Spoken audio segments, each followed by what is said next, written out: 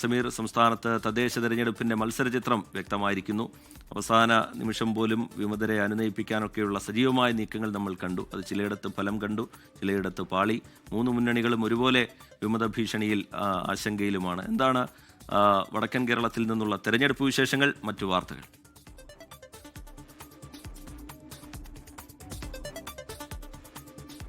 Good morning Rijith സൂചിപ്പിച്ചതുപോലെയാണ് വലിയ രീതിയിലുള്ള അനുനയ ചർച്ചകളായിരുന്നു കഴിഞ്ഞ ദിവസങ്ങളിൽ നടന്നിരുന്നത്. അതിന്റെ ഭാഗമായിക്കൊണ്ട് ഏതാനും ഇടങ്ങളിൽ വിമത ശല്യത്തിന് ഒരു അറുതി വരുത്താൻ കഴിഞ്ഞിട്ടുമുണ്ട്. എന്നാൽ ഇപ്പോഴും മുന്നണികൾക്ക് പ്രതിസന്ധിയായിക്കൊണ്ട് വിമത നിലനിൽക്കുന്നു എന്നുള്ളത് തന്നെയാണ് ഏറ്റവും പ്രധാനപ്പെട്ട കാര്യം. ഇപ്പോൾ ഏറ്റവും ഒടുവിൽ ലഭ്യമാവുന്ന കണക്കുകൾ പ്രകാരം 1,07,000 പേരായിരുന്നു നേരത്തെ നാമനിർദ്ദേശ പത്രിക സമർപ്പിച്ചിരുന്നത് എങ്കിൽ അതിപ്പോൾ 72,000 കുറഞ്ഞിട്ടുണ്ട് എന്നതാണ്. വിമതരും അതുപോലെ തന്നെ ഡെമ്മികളുമായിട്ടുള്ള സ്ഥാനാർത്ഥികളാണ് ഈ വിധത്തിൽ അവരുടെ നാമനിർദ്ദേശ പത്രിക പിൻവലിച്ചിരിക്കുന്നത്. 35,000-ഓളം നാമനിർദ്ദേശ പത്രികകളാണ് ഇന്നലെ പിൻവലിച്ചിരിക്കുന്നത്. അതേസമയം തന്നെ ചിലയിടങ്ങളിലൊക്കെ ഇപ്പോഴും വിമത ശല്യമുണ്ട്. കോഴിക്കോടിനെ സംബന്ധിച്ച് പറയുകയാണെങ്കിൽ കോഴിക്കോട് കോർപ്പറേഷനിൽ UDF-ന് തലവേദനയാകുന്നത് 2 ഇടങ്ങളിലുള്ള വിമതരാണ്. അതായത് ഒന്ന് കല്ലായി വാർഡിലാണ്, മറ്റൊന്നുള്ളത് ചാലപ്പുറം വാർഡിലുമാണ്. ഈ 2 ഇടങ്ങളിൽ UDF സ്ഥാനാർത്ഥികൾക്കെതിരെ വിമതരുണ്ട് എന്നുള്ളതാണ് ഏറ്റവും പ്രധാനപ്പെട്ട കാര്യം. അതുപോലെ തന്നെയാണ് കാരശ്ശേരി ഡിവിഷനിലും അതുപോലെ പൂവാട്ടുപറമ്പ് ഡിവിഷനിലും അവിടെയും UDF-ന് വലിയ പ്രതിസന്ധിയാവുന്നത് 2 പ്രധാനപ്പെട്ട നേതാക്കൾ എതിരായി നിൽക്കുന്നു എന്നുള്ളത് തന്നെയാണ്.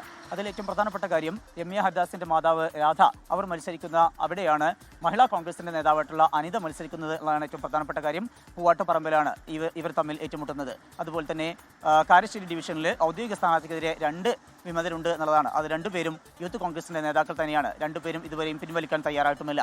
എന്നാൽ ഇതുമായി ബന്ധപ്പെട്ട് നേതൃത്വം പറയുന്നത് 48 മണിക്കൂർ സമയം നൽകിയിട്ടുണ്ട്. വിമതരായി മത്സരിക്കുന്നവർ ഈ 48 മണിക്കൂറിനകം അവർ പിന്മാറിയില്ല എങ്കിൽ ഇനി അവർക്കെതിരായിട്ടുള്ള നടപടി ശക്തമായിട്ടുണ്ടാകും. അതായത് പാർട്ടിയിൽ നിന്ന് പുറത്താക്കും എന്നുള്ള കർശനമായിട്ടുള്ള ഒരു താക്കീത് അവർക്ക് നൽകിയിട്ടുണ്ട്. അതുമായി ബന്ധപ്പെട്ടുള്ള ചർച്ചകൾ ഇന്നും ഉണ്ടാകും.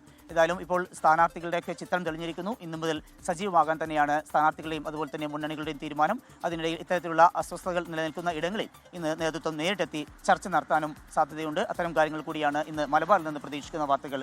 റിജിത്ത്. സമീർ, ഏറ്റവും ഒടുവിലായി സമീർ തന്നെ പങ്കുവയ്ക്കുന്ന മറ്റൊരു വിവരം, അത് UDF ജമാഅത്ത് ഇസ്ലാമി കൂട്ടുകെട്ടുമായി ബന്ധപ്പെട്ട് AP സമസ്ത മുഖപത്രം സിറാജിൽ ഇടം പിടിക്കുന്ന ലേഖനവുമായി ബന്ധപ്പെട്ട വിവരങ്ങൾ എങ്ങനെയാണ് സമീർ സി മുഹമ്മദ്?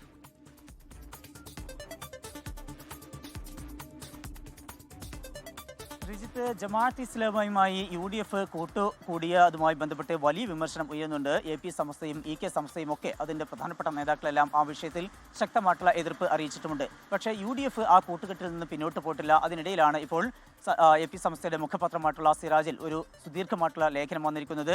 SYSന്റെ സംസ്ഥാന ജനറൽ സെക്രട്ടറി റഹ്മത്തുള്ള സഖാഫി അളമരമാണ് ആ ലേഖനം എഴുതിയിരിക്കുന്നത്.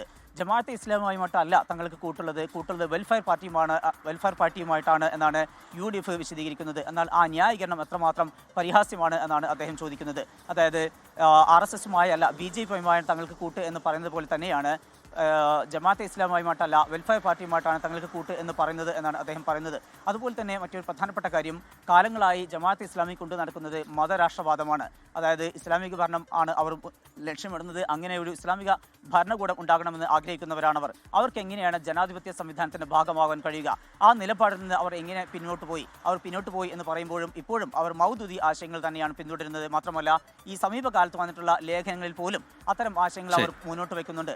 അത്തരം ഒരു സാഹചര്യത്തിൽ അവരുടെ ഈ ജനാധിപത്യ ബോധവും അത് വിശ്വസിക്കാൻ കഴിയുന്നതല്ല. അതുകൊണ്ട് തന്നെ അവരെ മാറ്റി നിർത്തൽ അനിവാര്യമാണ് എന്ന കാര്യം കൂടി പറയുന്നുണ്ട്. മാത്രമല്ല അവരുടെ മാധ്യമങ്ങൾ ഉപയോഗിച്ചുകൊണ്ട് പ്രചാരണം നടത്തുക എന്നുള്ള ലക്ഷ്യത്തോടു കൂടിയാണ് UDF ഈ കൂട്ടുകൂടുന്നത്. അത് ഉണ്ടാക്കുന്നത് വലിയ പ്രത്യാഘാതമായിരിക്കും എന്നുള്ള ഒരു താക്കീത് കൂടി റഹ്മത്തുള്ള സഖാഫിയുടെ ഈ ലേഖനത്തിൽ വ്യക്തമാക്കുന്നുണ്ട്.